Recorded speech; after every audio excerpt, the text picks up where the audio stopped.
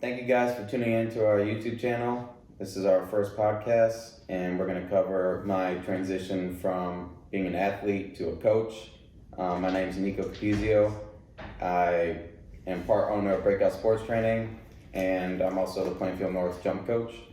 I'm Anthony Capezio, former Plainfield North track athlete, and now I run track at the University of Wisconsin-Oshkosh. So we decided to do this podcast to make it more personal. I think that I was going to write an article about my transition, but I realized why not do a podcast? Make it better, more interactive. So what you can expect out of our YouTube channel.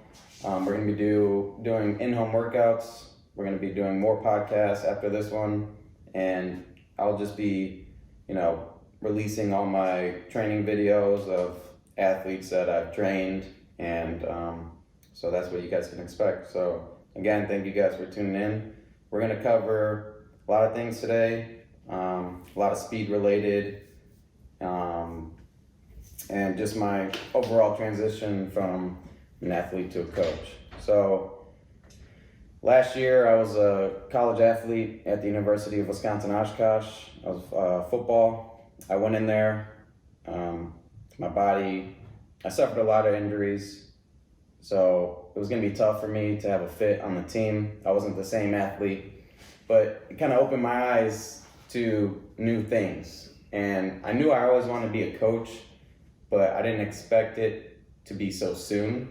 I'm only 21 years old, so most people are playing college football right now, and I'm on the other end being a coach. And I wasn't involved in the team a lot, being a new guy. I was a sophomore going to a D3 program.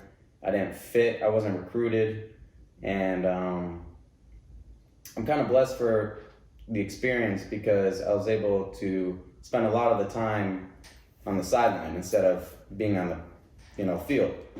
And I always tell people that you can't see the picture if you're in it. And this kind of gave me a perspective that was much different because I was always on the field. So I was able to evaluate talent from a different point of view. So meanwhile, this was going on, and me and Tony Holler were talking about the possibility of me becoming a coach at Plainfield North, my former high school, and I was honored. So meanwhile, during my time in Oshkosh, we started this business to train young athletes and develop speed because, I think the most important attribute that an athlete can have is speed. Mm-hmm. And whether it's on the basketball court, football field, or the track, if you're not fast, you're automatically at a disadvantage. So what we do is we develop athletes who, want to become fast or are already fast and make them faster. So Anthony is on the track team, and he has injuries too. So I think him seeing me coach can also help him in the future because, I think this is what he wants to do in the future. So we're trying to basically get this up and running and develop all athletes, all ages. And I'm learning a lot now too because my freshman year at Oshkosh didn't exactly go how I planned. I have sciatica, and it's obviously a severe form because I didn't run. So I also get to see it from the eye of the sideline kind of. I mean, in high school it was like you were expected to win. Like I was expected to win like our relays. I was expected to help out. And now it's a tough transition because now I'm not doing any running. I'm just watching. So, but like Nico said, I'm also getting to see the point of view from like a coaching standpoint, not just an athlete. It's like I get to sit back and watch these guys, and I'm not doing anything myself. So it's just it's a different view for sure, like taking a step back from it and seeing it from like a coach's point of view instead of an athlete, because as an athlete you're kind of just focused on one thing, and that's getting better. And once you have to take time off due to an injury, you're evaluating the program as a whole. So I always tell people, not only in sports, but in life, that you have to be a sponge, right? You have to absorb every bit of information you can to use it in any situation in your future. So whether you're on the field or off the field, you need to sit back and really take in all the information that you're hearing from credible people like coaches or like former players who have been there. And it's important to, continue your growth. And that's another thing about this podcast. I think that a lot of people get tied up in just the sport aspect of things. And I kind of want to make this more of a life thing, because your time's going to be up one day. You're not going to be a coach one day, and you're not going to be an athlete one day. So you're going to be measured by the kind of person you are. Mm-hmm. And you're not going to be a coach forever. So I want to talk about how we can develop personality, how to treat others right, have fun. Because, the first year, due to the quarantine, my first coaching season was cut short. Mm-hmm. And it's unfortunate, but I've learned that, it's more about fun and, a family more than anything. Yeah. I loved going to practice. I loved seeing all the athletes, and my other coaches were great. So it was a fun time. And it's back to being a good person. It's not about the sport. It's about who you make it yourself as a man. So it's like, when I got hurt, I didn't shy away from the team. I felt like I embraced myself more into them, because it's like when you're injured, you don't have to go to practice. You don't have to go to any of that stuff. But I still went because I feel like there, as a team, Oshkosh is building a culture. Their track team is building a culture. It's like nothing I've ever seen, and especially in a college setting, because it's harder to do it. High schools, you hear a lot of guys that say they liked high school track a lot better because everyone was closer. And obviously at North we had a really close track team, but at Oshkosh it's the same, if not more of a family. All the guys always hang out. I love them. They're my teammates, but they're also like my brothers now. And it's just, I don't know, the way I look at it is, if you can't be the best athlete you can be the best person you can. That means just doing whatever you got to do every day to make someone's day, make your life better, make theirs better. Just be the best person you could be every day, and take it one day at a time. And I want to say, I'm not perfect. I've been a coach for 1 year, and I don't have a lot of experience. There's a lot of coaches out there who've been doing it for 20, 30 years, but I think that it's unique. I think it's unique where I was just an athlete a year ago, and I'm a coach. So I've had to learn a lot, because there was an athlete one time who said, he looked at me and he said, "Why do you always look so mad?" And I didn't even know what to say, because it was when I go to practice, on any practice that I went to as an athlete, I was in kill mode. Mm-hmm. I was so serious about what I was doing, and I was so passionate about it. And he looked at me and he says, "Why do you look so mad?" And I didn't even know what to say. I was like, I need to fix my end. I'm not an athlete anymore. I'm a coach. I gotta represent. I gotta help them instead. It's not about me. I'm not here, doing the exercises, doing the workouts, doing everything. I'm not doing that anymore. And I had to learn to shut that off. Okay, I'm not an athlete anymore. I'm a coach. So I've definitely had to be more patient, and it's about fun. Yeah. I love creating things for my athletes, because when I was an athlete, it wasn't always about fun, which I regret. I was so tied up in winning that I forgot to have fun. Mm-hmm. And winning will only take you so far in life. Yeah. If you're not having fun when you win, what's the point? Yeah. Well, and we're learning from the best, because Coach Holler was my freshman year head coach.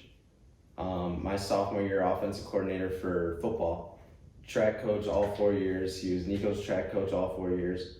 And now at Oshkosh, I'm Justin Kinzeth is the head coach there, and he's building a great program there. And to be honest, I think we would have won the national championship if coronavirus didn't start, but that's out of my order. But we really are learning from the best, because obviously Coach Howler has done a great job coaching all the athletes that he's had. So it's really cool to see like yourself in them, kind of like with your coaching experience. It's crazy. So another thing I've had to focus on is swearing. I swear. That'd be tough. I swear so much.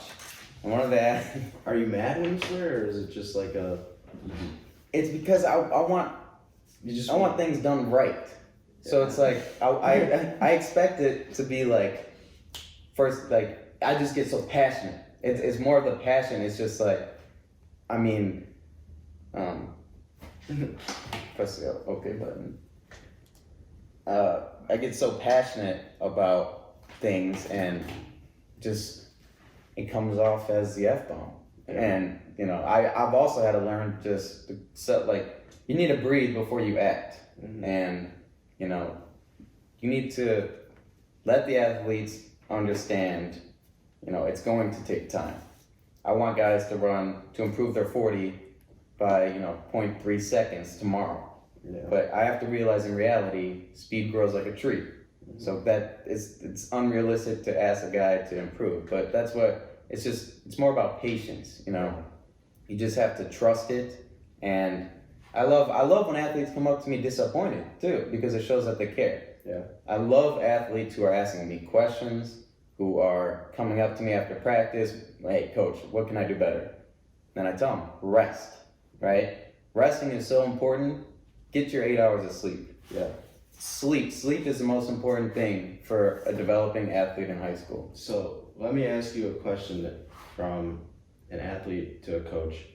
So when an athlete comes up to you and says he's banged up or he doesn't feel well, like how do you like look at him different, or like do you just think he wants a day off, or are you like actually convinced that he can't go today? If an athlete, I don't argue. If an athlete's banged up, they don't run. They're not practicing that day. Whether you lie or not is up to the guy. I have to do my job in putting them in the best position possible. If they're not healthy, they're not going to run fast.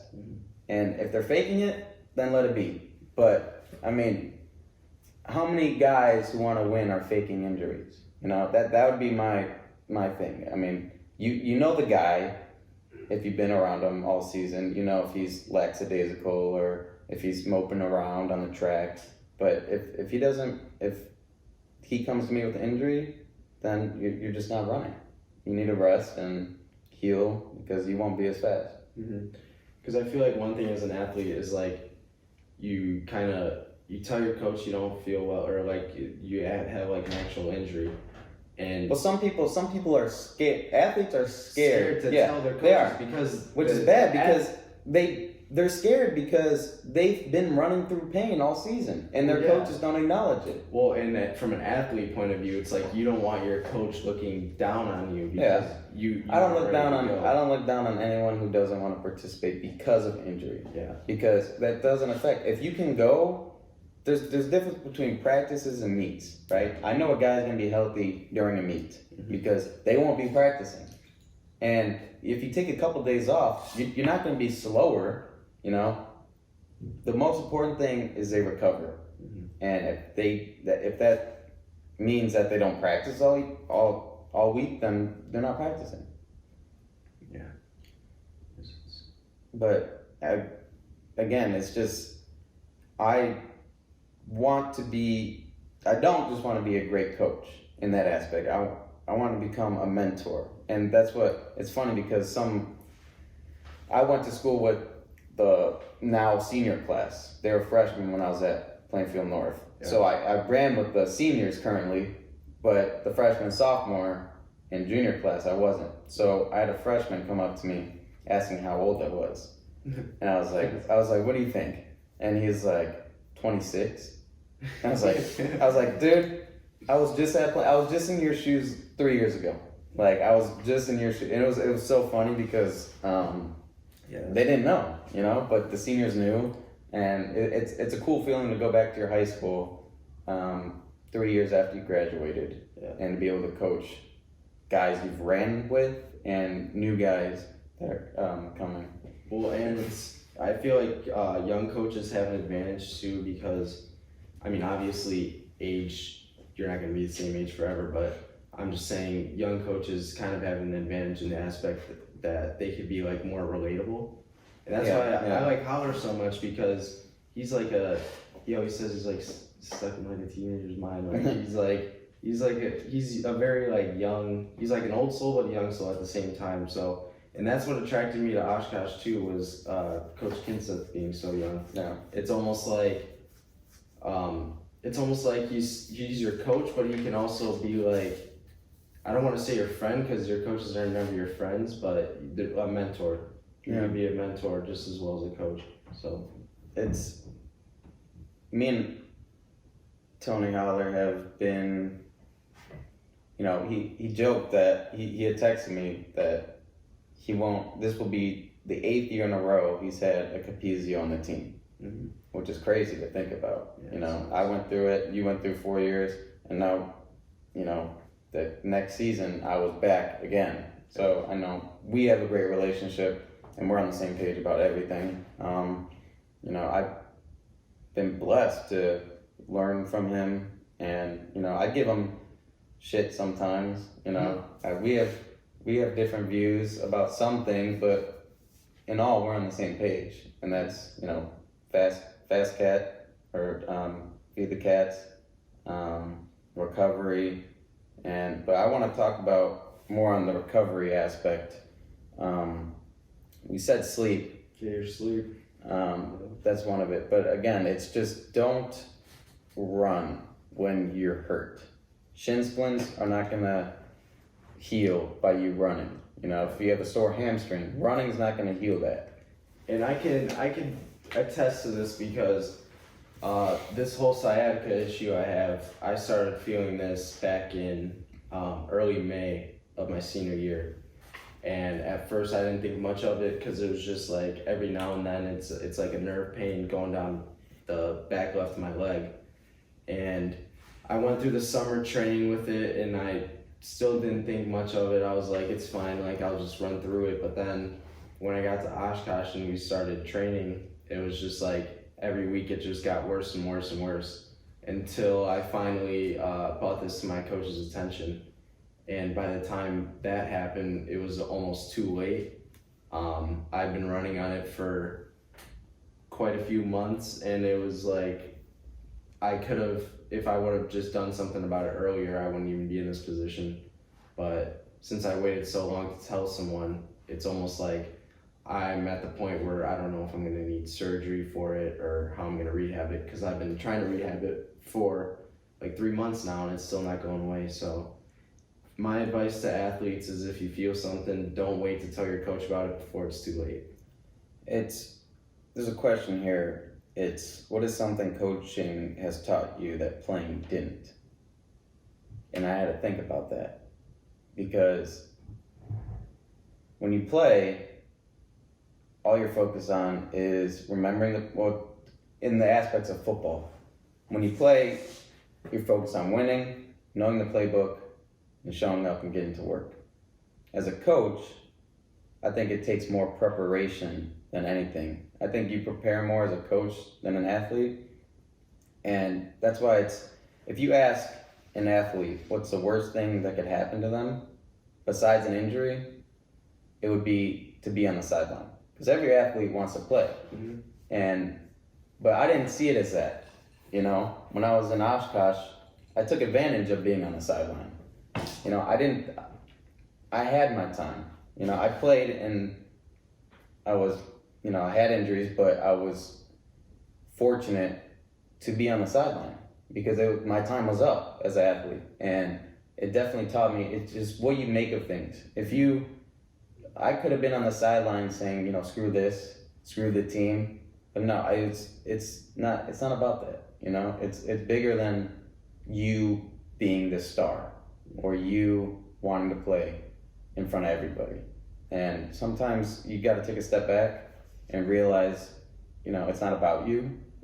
It's about the team, and make the most of your situation. When you were the scout team running back for Plainfield North State team, right? You had no business going out there and doing that, but you did it because you were about the team. You got smashed by the defense. And for those of you who don't know, I got moved up my sophomore year to the varsity team, and late in the season, I got a concussion that ultimately ended my football career. But I always say if I could go back, I wouldn't change it because I believe that I helped the team get to that state victory or to the state championship. So it's like I was a part of the journey and it was fun while it lasted. So headlines don't make who you are. Yeah. If you want to be on the front page of the paper, go play golf. Go play a one-man sport. You know, the offensive linemen don't get a lot of credit. You know, there's guys who never see article. They're never in an article, and they just shut up about it because they're not worried about that. They're worried about the bigger picture, and that's to win and help the team out. So those are the kind of guys that I enjoy coaching. The guys who, you know, are literally scared. They don't want to be the face of attention. The under the radar guys who just do their job, don't get any recognition, are the best guys to coach because it's not about them. So, but I wanted to get into some Q&A from some viewers on my previous post. One of the questions, I'll have you read them off. First one? Yeah. So who or what inspired you to get into coaching? I would say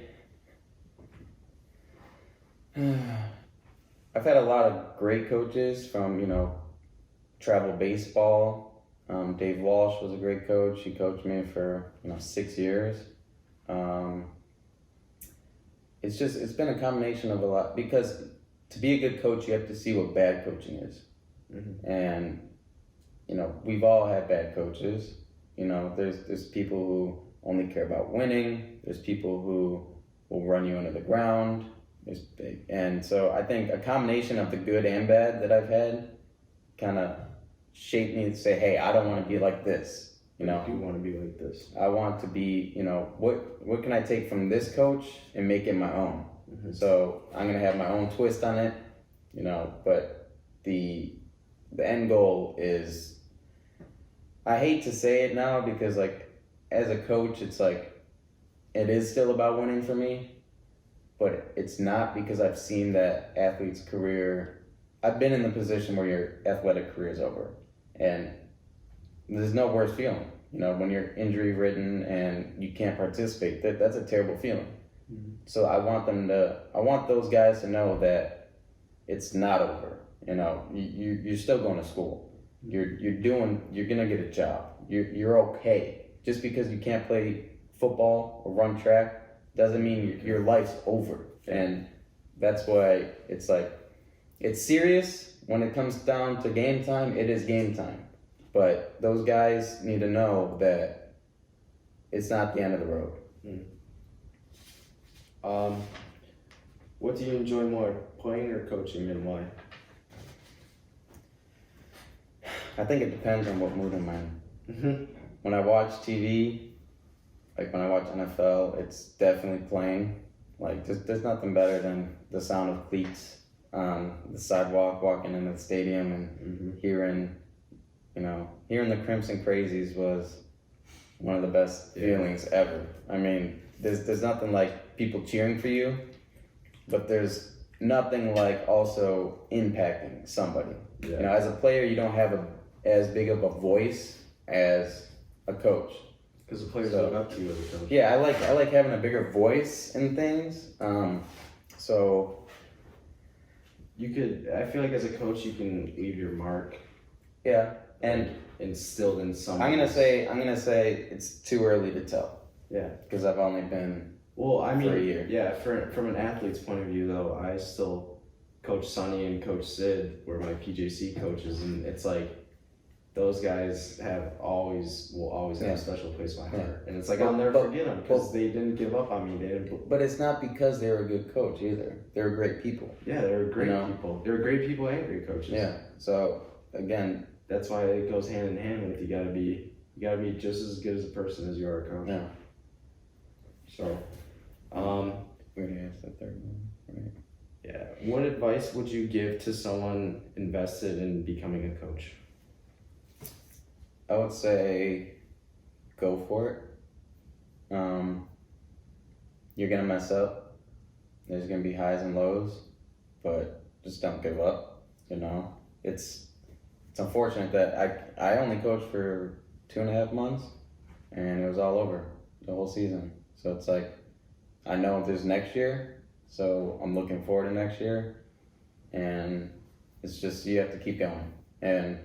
I was fortunate to be able to sit down and meet Christian McCaffrey's trainer at the TFC clinic, and we just talked about, speed and the different things. Christian McCaffrey, I think he works out 7 hours a week. That's it. Because it's like your body's the most important thing. And the fact that, he hasn't squatted in, 5 years, and he's the fastest. He came into training camp 205 pounds, he came into the summer training 205 pounds and left 205 pounds. So he got stronger, right? But didn't put on that extra weight. So he ended up becoming faster. And, he's the highest paid running back in history now. So meeting guys like that, having exposure to different clinics, meeting new people, it's an honor. And you want to, I inspire everybody to listen to people who have been there, but also put your own twist on it. Mm-hmm. You never want to be a follower. There's stats to back up different things. There's the only way to get faster is to sprint. Mm-hmm. Okay? Anything else, the BS, the ladder training, that's not going to work. That's factual. There's the facts, and then there's, speculation. There's what you create. And if it works, it works. If data over time shows that, hey, this exercise will get you faster, run for it. But don't follow what other people are doing. Create your own, come out with the stats, and let other people listen to you. Do you think that you have to play to be a coach? It's a big one.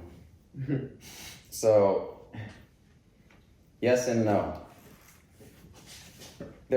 People argue there's some great coaches out there who've never played, and that's true. But I think you need to understand what the athlete is going through. If a person who's never played football is coaching, you don't know what an athlete goes through. You don't know the day-to-day. It's more of the day-to-day process than the actual game time. Mm-hmm. The weeks leading up for a preparation for Friday night in high school, that's tough. And if you haven't played football, you don't really understand what the athlete's going through. They have to sit in the ice tub, recover. They're banged up. After 9 weeks, you make a playoff run. These guys are banged up. Mm-hmm. So to have the sympathy, it's hard if you've never played. So I think it's a yes and no question, because you could be all about the book and never played. You can know every inside and out of the playbook, different schemes, different formations. You can know all that without playing. Yeah. But I think to be a great personal coach to a player, you had to have had some experience at that sport playing. Because I think athletes respect coaches more who play the sport. Because they can see. Well, you feel for them more. Yeah. You're able to tell them, hey, you know what I'm going through right now. Yeah. And they could talk you through that because they know how it feels, so they know more of what to say. But all right, is there one more question? No? That was it. All right, guys. I just want to thank you guys for tuning in. We're gonna talk about more of how to become faster in our next podcast. And I just want to thank you guys for tuning in, and make sure to subscribe and have a great day. Stay safe. Stay COVID-19. healthy.